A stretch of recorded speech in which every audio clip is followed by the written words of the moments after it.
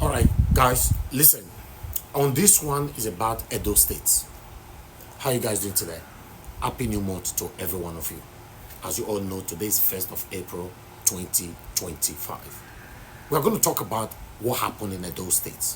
As you know, we'll be deliberating on it on our live broadcast about the 16 Fulani Esme or Fulani men or the Northerners or anyhow you want to put them that were lynched, killed, burned alive in Edo State. Man don't come now come talk say there is no proof whether na Uromi people or Edo people na buy those 16 people where they buy and burned alive for Edo State. Then the man went on, you cannot be buying, killing our people and expect us to be silent. This particular video wey una wan watch so, it shocked me, and I believe if it still shock una, but the truth now we would like make we hear for comment section. Watch this video. Is there something we are missing in all of this conversation? Yeah, what we are missing is that Edo people who have long sold the souls of their brothers and sisters are now realizing that your community matters to you. So before I continue, I would like to commiserate with about 200 families in the past few months in Edo State that have had their mothers slaughtered in the farms, have their fathers and children slaughtered in the farms, and those who have suffered kidnapping, as happened recently in NAIJA, around the Igbira camp, not far from the military checkpoint, where 4 people were kidnapped from their own streets at Igbira camp in NAIJA. You can confirm this from the security forces, only very recently. We have videos, and I have a lot on my phone now, of farmers who have been slaughtered in their farms. There's a camp in Novia here. It's just a farm settlement. It's a camp. The people were sleeping at night, and then herdsmen or terrorists, we shouldn't actually be using the word herdsmen. Terrorists went to those camps, slaughtered them in the night. We have about 7 dead bodies lying there. And I'm telling you things that have happened within the last 1 month. Now, burnt down some part of their houses. We have video there of Fulani herdsmen and terrorists entering into farms and uprooting cassavas that people have planted and are waiting to harvest for this season and feeding them to their cows. And then those who dare to challenge them have been slaughtered. So for the 200 families in Edo State that have been slaughtered in the past 3 months, we commiserate with you. Now we know that we have north and south, because the language I hear from those who are condemning is south and north. It is no longer what happened in Edo State, it's what happened in the south and what happened in the north. So we find solidarity when it comes to anything happening to people in the north and then from the north. It doesn't matter what they do. It doesn't matter that what we are dealing with has a history. It doesn't matter that on a daily basis, Edo people are reporting killings in their farms, destruction of their economy. It doesn't matter. All of that don't matter. As long as it has now happened to those who are from the north, then you have bodies, you have sociocultural groups, you have all sorts of people rising up in condemnation. It is a shame, it is condemnable, it is incendiary. If we react like that and look at things from such selfish prism, you will have war in this country, because you have families right now who are crying, who are angry, who have lost loved ones to this kind of brutality in the bushes. And now, as I have told you, they have entered into the town of Auchi, and we are not having anybody condemning it. Before now, during the Buhari's regime, I remember that we had serial kind of killings like this. And then when Tinubu came in, there seemed to have been a little stopgap. But it appears that just recently, as soon as we started hearing of the political actors in the north complaining that Tinubu has neglected the north, we are beginning to see a resurgence of this. We understand what is going on. It is happening in Nigeria, it is happening in Edo State, and we are keeping note, irrespective of all those hypocrisies you see in the press. The people are feeling the brunt, they are losing loved ones, and they are not going to be moved by what you are doing in the press. You see, this question of intimidation of Edo people in Edo State would stop. It has to stop. The state is a metropolitan state and cosmopolitan state. And we allow people from all sections of the country to do business here. You have as much presence of the Igbo community in those states as you have of the Fulanils. The same thing with the Yoruba community and people from other parts of the country. Why don't we have this problem with them? All the alleged problems you have in our farms and the killings going on in our farms are done by one tribe, the Fulanils. It is time the narrative should be on why are the Fulanis killing Edo people. This apologetic talk here is annoying me. This is our state. We have a right to do business in our state. We have a right to run our economy. Those that will say you are stigmatizing a particular tribe by the particular tribe. Let's describe them as headsmen. Let's describe them as headsmen. I am not going to describe what I know. I shouldn't be invited here to come and begin to use the language that these people are using. I'm a civil society practitioner. I use language based on fact. I say I have my phone there is filled with videos. The tribe is known, they are identifiable by their looks and by their language. While they were destroying those farms, they were speaking their language. So I know the tribe I'm talking about. I'm talking about the Fulani tribe operating in our forest and killing our people. It should stop. This is our Let me just take you on that, Chris. Yes. We cannot also take away the fact that in every tribe you have the good, the bad, and the ugly. Good. So when you say that, you are being generalistic. I think you should be. I'm talking of the ones that are killing. I'm talking. That's what I'm saying. I think I'm being specific. I'm talking of the ones that are killing our people in the farms, okay, and that are killing our people. I said they went to Auchi, a street in Igbirakam near the soldier checkpoint. And now I'm talking about 2 weeks ago, and kidnapped 4 people from their houses. Nobody is talking about those narratives. The lives of those people don't matter. So it is the government that should be worried whether you are going to continue to have a country that will remain in this kind of tension, because according to Newton's third law, actions and reactions are equal and opposite. The fact that you are talking does not affect the emotional reaction of the man who has lost a loved one in a brutal killing to a kidnapper. So people can be talking. How do you account for the emotional reactions of people who lose loved ones? That is what you saw at Uromi. It is not as if those boys just love to go to the streets and kill people. It is a reaction. For every action is a consequent reaction. We cannot escape from reality. So if the leaders now are talking, as I understand that the governor is talking, cannot have sent a delegation now to come and talk with the governor, these are the things they should be discussing. The president has given his usual cliche of go after the victims and so on. This is what the president should be concerned about. Should he continue to preside over a country where you have this kind of underlying subterranean tension that is likely to bubble over? Phil Ayoje just told you just now that after he had this conversation with his friend, he said if the governor did not go to Uromi, things would have escalated. That at the blast of the whistle, that is the same thing the terrorists who went to bomb Israel thought, October 7th. That at the blast of the whistle, they will run Israel down. We are having piles of tens of thousands of people since October 7th till now. The war is still on. So you can't tell where it's going to go. Nobody should think that they have monopoly of violence. The world is a global village, and there are networks.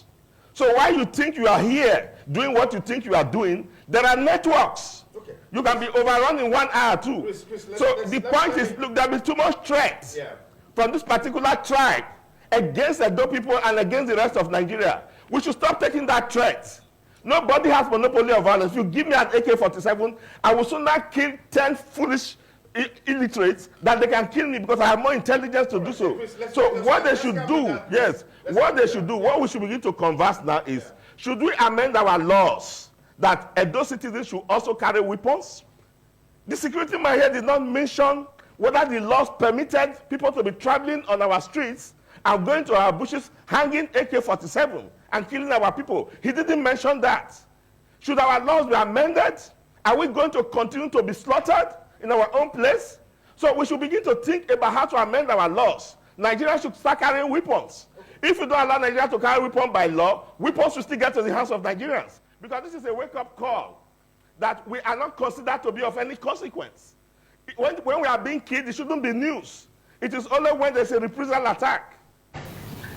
Edo people are a traveled people.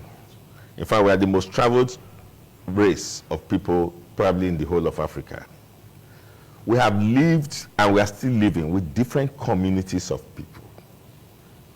So that if it was that we are having problems with every community that was living here, or even several communities that were living here, you say that's the problem.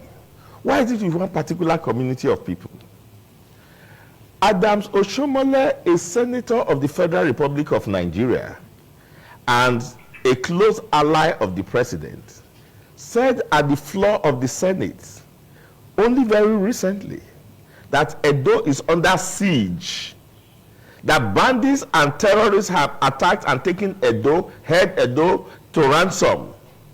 You would think that if a highly placed political figure and belonging to such highly placed institution as the Senate will raise alarm at the floor of the Senate, that it should become a matter of national importance and emergency. What was done? It was entertained at the Senate, and then it died at the Senate. So there is a dire need, I agree with you, for mobilization. And what that means is that civil servants, the civil society, must tell themselves that they are not going to sit down and become cannon folders in the hands of those who have weapons to come and slaughter them. So resistance struggle must begin to be organized right now. In the quest for independence, you had resistance struggles. The people didn't necessarily kill anybody, but they had resistance struggles against the oppressors. In places where you colonize forcefully, you have resistance struggles. So I think we have been sleeping too much. I'm not calling on Edo citizens as civilians to form alliances. There is no reason why Uromi should be sleeping while Owan is being slaughtered, and why Owan should be sleeping while Esako, Okpekpe, people are being slaughtered. I think community people now should link with each other and form network to put up resistance struggle against common enemies of oppression, victimization, destruction, and all sorts of evil visited on them. Because we cannot run away from our land. We have to, and for our land to be called our land, it means we are living in it in peace. We are doing our economic activities in the forest. If we cannot do that, we are slaves in our own land. We took independence from colonialism in 1960. We don't want to be slaves to another group of people? No. So there should be resistance struggle. Maybe if the government sees that resistance struggle, the government will do something.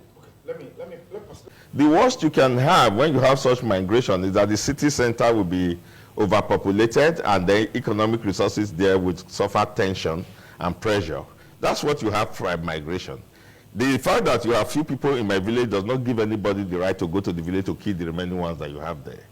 The truth of the matter is that this theater of insecurity is our farms, majorly. So there seem to be, and they should take note of this, there's a fifth columnist theory that the North wants to destroy the economy of the South and render us completely impotent. But there's no evidence to back that. Yes, the evidence, that's why I said, you see, dialogue is going on. Why dialogue is going on? You bring everything to the table. Now, there's no evidence also to back that it was Uromi boys that killed those 16 people. There's no evidence to back anything. So the truth of the matter is that we should bring everything to the table. Why are you going into our farms or putting our cassavas and feeding them to cows? Why we have a rainforest. We have more grassland than the ones that are cultivated inside the Edo state. We have left the whole grassland for you. We left the whole forest to you. Why targeting the farms? So I mean, you can't stop logical process. You can't stop mental, process. So the question is, I'm happy now that everybody is involved. This one is involved. Delegation is coming from Kano. The governor's essay is there. He should take notes and submit it to the governor. Let the governor put it on the table. This is the situation you are creating. Yes, there are fifth columnist conspiracy theory that did not want to destroy the economy of the South, so that we can depend on them only for food. So that is also a theory. So the question is, there is no reason why migration from the rural to the urban should create, you have what we call internal crimes, like robbery and so on and so forth. But we're talking of invasion. Most of these people are not even Nigerians. All right, when I hear that video, my people, to be honest, this Edo State matter will happen so. Nobody they happy say you carry a whole 16 human being, you buy them, you burn them alive. Nobody. I'm not part of it. But my concern now be say, let's say it how it is. Me particularly, I don't talk about this Fulanil Esme buying our people for the past 4 years, if I'm not mistaken, or more. I don't talk.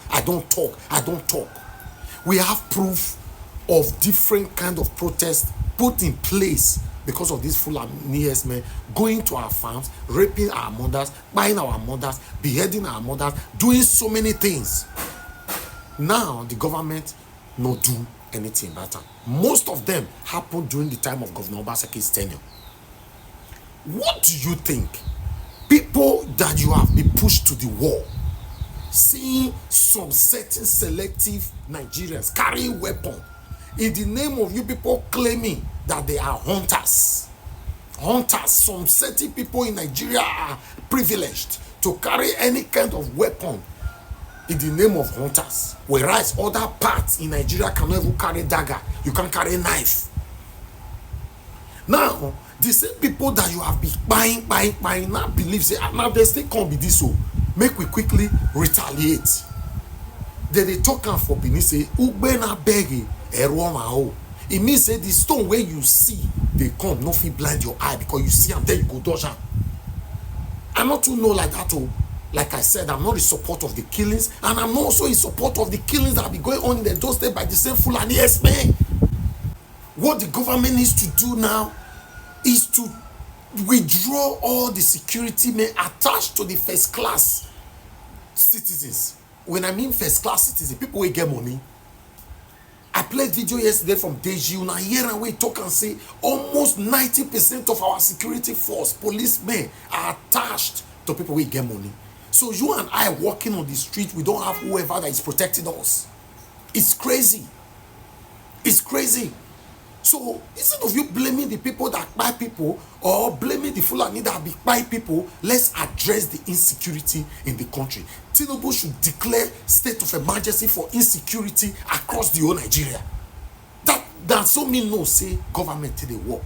Nothing is working in Nigeria. Nothing, absolutely. But what's your take? What do I know? Put on the comment section. I want to hear from you later on. I want to know what you think about this that is affecting us directly. This is NAIJA Watch Media. Join us every day. Like our videos, share our videos. We are live every day, 7 p.m. Nigerian time. Let's talk about the things that's affecting us together. Take care and bye for now.